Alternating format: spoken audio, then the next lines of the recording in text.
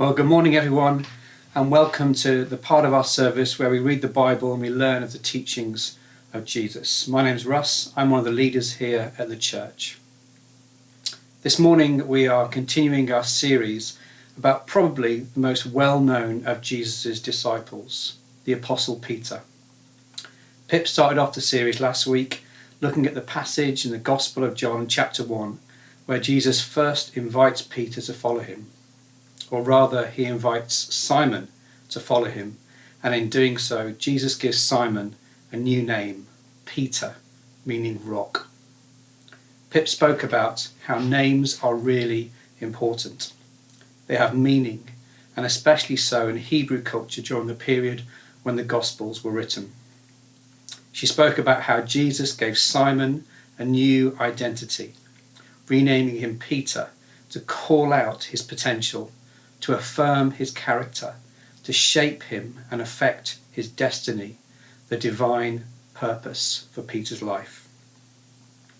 She spoke about how when we meet Jesus and choose to follow him, he gives us all new identity and purpose.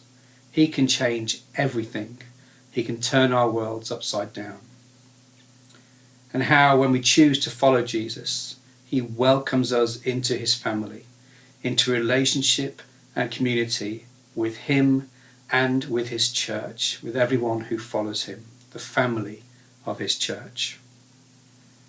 If you missed Pip's talk last week and you want to catch up, you can check it out on our Chelmsford Vineyard YouTube channel. So to this week, we're going to read from Matthew chapter 14, starting at verse 22, just after Jesus has miraculously fed at least 5,000 people.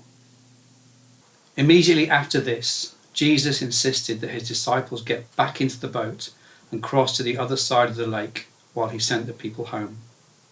After sending them home, he went up to the hills by himself to pray. Night fell while he was there alone. Meanwhile, the disciples were in trouble far away from land, for a strong wind had risen and they were fighting heavy waves. About 3 o'clock in the morning, Jesus came toward them, walking on the water.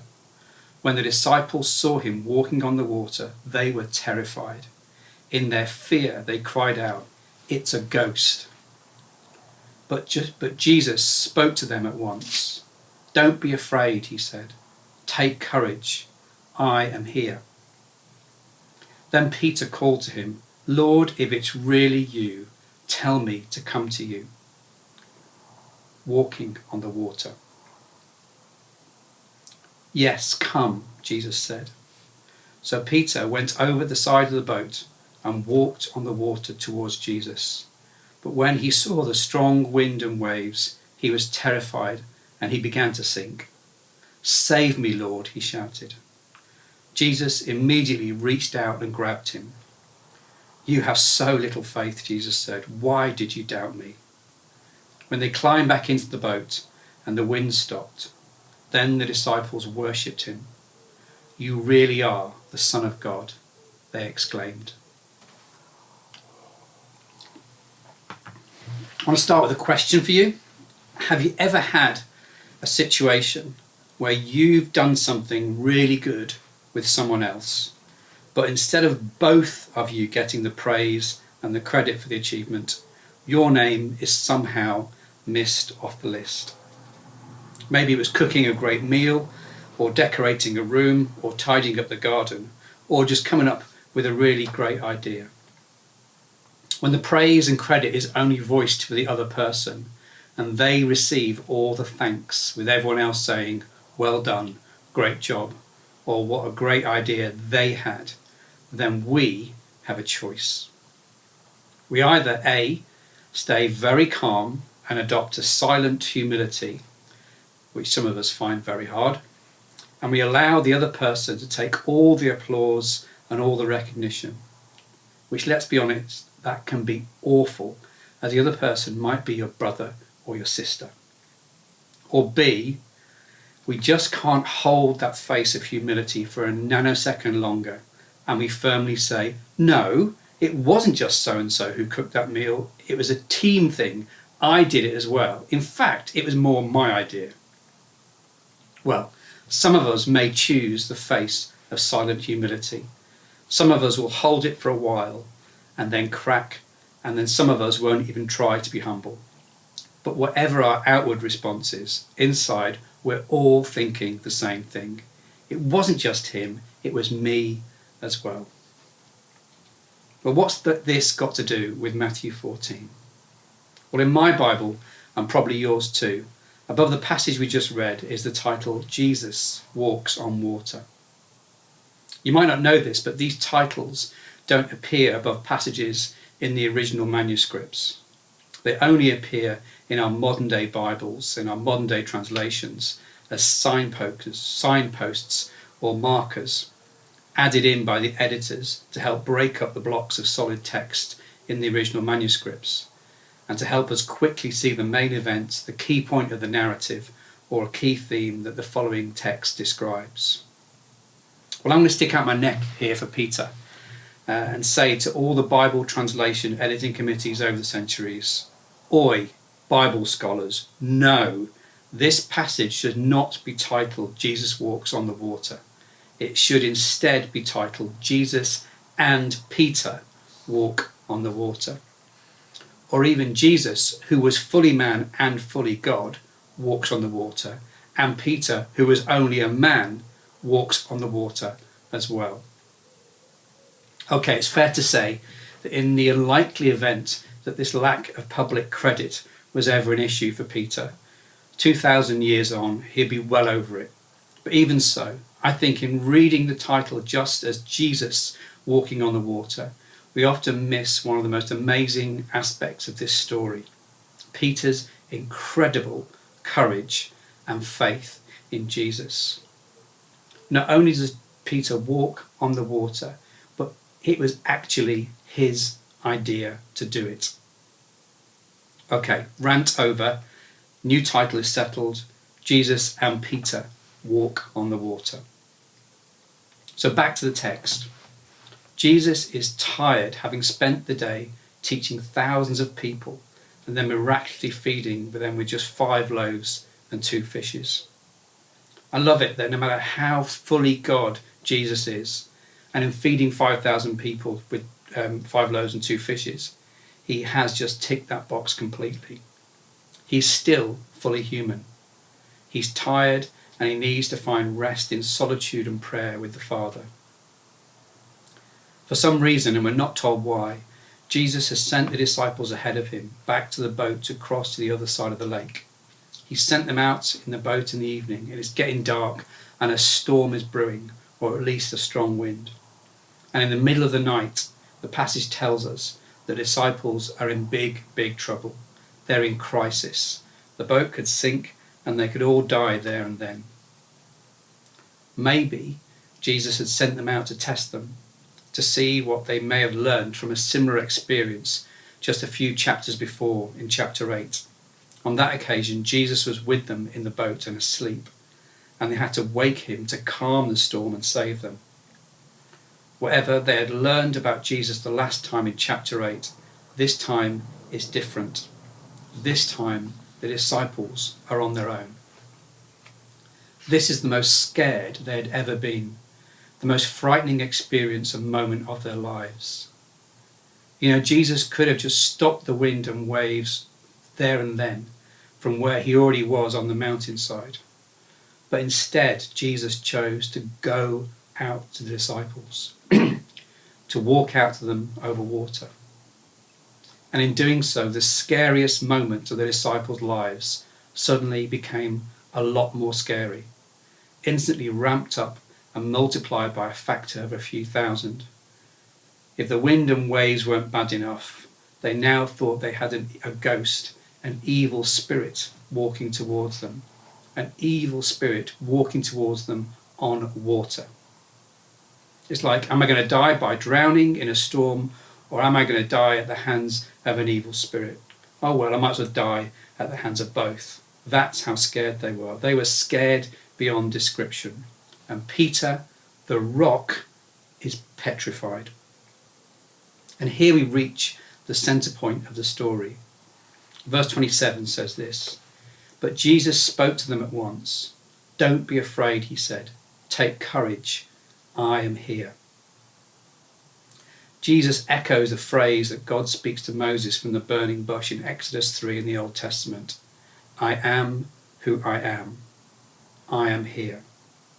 The disciples would have known their scriptures.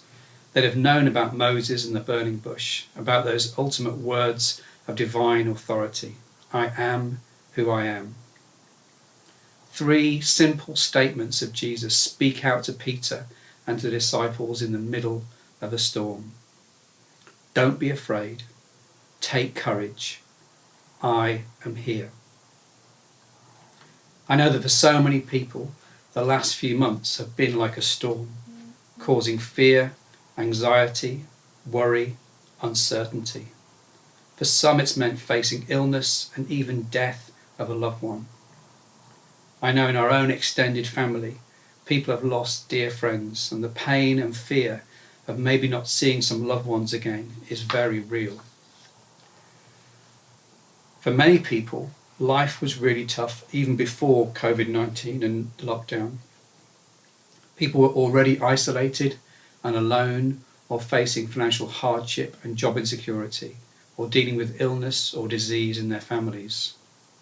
And whilst for many of us the last few weeks might have brought at least some silver linings and even some joyous times with each other, for others the storm has just got worse and worse, and life is wrapped in fear and anxiety, especially with the uncertainty of the months ahead. So in the middle of our storm, Jesus says 3 things. Don't be afraid. Take courage. I am here. And we could stop there. We can make this whole talk about those 3 simple points that are true. 3 great encouragements from Jesus. Don't be afraid. Take courage. I am here. I could just say, there you have it. It's in the Bible. It's what Jesus says. And then I say to you, so just take courage and don't be afraid. That's the simple conclusion to this talk. But there's actually so much more about following Jesus and trusting him. Firstly, we're all human. And if we're honest, this means that we have doubts, we have questions, and sometimes we struggle to trust the words of Jesus. Sometimes we just don't know if it really is the voice of Jesus speaking to us. It's completely normal, natural, and human to have such doubts and questions. If that's you, then you're in very, very good company. You're in the company of Peter, the rock, the disciple to whom just a couple of chapters later in Matthew 16, Jesus says, "You are Peter, the rock, and upon this rock I will build my church." As Peter and the disciples shook in fear in the boat, Jesus says, "Don't be afraid, take courage, I am here." And then Peter, in his struggle to believe Jesus, in the middle of his doubt, he has a crazy idea of unbelievable faith and courage. Verse 28 tells us, "Then Peter called to him, 'Lord, if it's really you, tell me to come to you, walking on the water.'" Wow, what faith, what courage, what balls Peter had. Sometimes we just need to know. And to know, we just need to step out of the boat and walk towards Jesus. I want to encourage you this morning. You may not feel like you're going through a storm right now. And if that's you, then please do pray for those in your life, maybe friends, family or colleagues who are going through a storm. And if you are going through a storm right now, whatever that storm may be for you, whatever may be causing you pain or uncertainty or maybe fear and anxiety, maybe a family or work situation, maybe a relationship in trouble, maybe your finances or a big decision about your future, Jesus says, "Don't be afraid, take courage, I am here." But what do you say to Jesus in return? What do you ask of Jesus? It's completely okay to ask Jesus, "Jesus, if this really is you, If I step out and trust you when everything around me suggests that's a crazy idea, will you be there for me? It's okay to ask that, because that's exactly what Peter did. And in verse 29, Jesus responded, "Yes, come," Jesus said. So Peter went over the side of the boat and walked on the water toward Jesus. And so often we just read this passage and we read on to what happens next. A bit like a TV quiz where they stop the video at the point that Jesus walks on the water, and the question is, what happens next? And we all sit at home in front of our TVs and say, "Oh yeah, this is the one where the guy falls in and starts to sink. It's great." So often we don't even pause and think about the enormity of what we've just read. The Bible is telling us that Peter, a man who is not God, actually walks on water. Peter does what no other mere human has ever done, because Peter has faith in Jesus Christ. And then, of course, we know what happens. Verse 30 says this, "But when he saw the strong wind and the waves, he was terrified and began to sink. 'Save me, Lord,' he shouted. Jesus immediately reached out and grabbed him. 'You have so little faith,' Jesus said. 'Why did you doubt me?' When they climbed back into the boat, the wind stopped, and the disciples worshipped him. 'You really are the Son of God,' they exclaimed." Some of you know we sing a song in our church called "Raise a Hallelujah." It's got the words, "I'm going to sing in the middle of the storm, louder and louder. You're going to hear my praises roar." In the middle of our storms, even if we choose to walk towards Jesus, we can still feel fear. Verse 30 tells us that when Peter saw the strong wind and waves, he was terrified and he shouted to Jesus, "Save me, Lord." In the middle of our storms, even though Jesus says, "Don't be afraid, take courage, I am here," we may still be absolutely terrified, but Jesus will meet us in that fear. Jesus will reach out in the same way as he did to Peter in verse 31, where it says Jesus immediately reached out and grabbed him. And he says to Peter, "You have so little faith. Why did you doubt me?" I really don't think that those words from Jesus to Peter were a telling off at all. I think those words were more like other instances in the Gospels when Jesus speaks with Peter, times when Jesus and Peter are so close and the story of their bond is being told, and sometimes it's a story of immense pain and loss. But this time, I think it's a story of great joy. I think Jesus' heart was bursting with pride at the incredible steps of faith that Peter had taken towards him. I think Jesus is thinking, "Yes, you got it, Peter. You really are the rock, and upon this rock I will build my church." Okay, not long now, we're coming into land. In the midst of our storms, Jesus says, "Don't be afraid. Take courage. I am here." But what do we say in return to Jesus? What do we ask of Jesus? What seemingly impossible situation do we ask Jesus to help us walk through? It's okay to be like Peter and say, "Lord, if it's really you, tell me to come to you, walking on the water." Come near to Jesus, the King of Kings, this morning.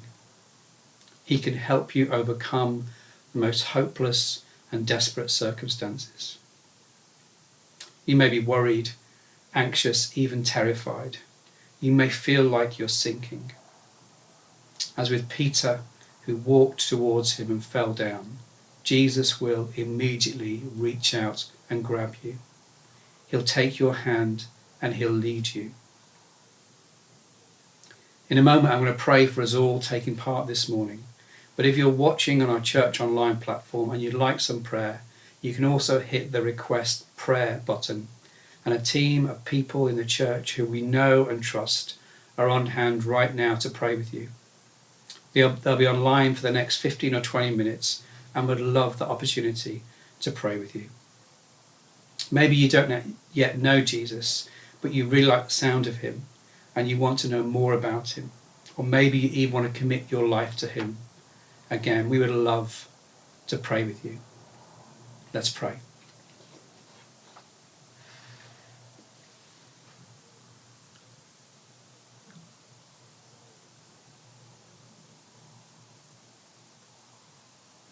Jesus, we thank you that you say not to fear, that you are with us. And Lord, I pray that we would have the faith to step towards you, to step across whatever situations might be a storm for us right now, to step out in faith towards you, that we would know you, we would know your comfort, we would know your friendship, we would know your guidance, we would know your love and your hope and your joy in our lives. Amen.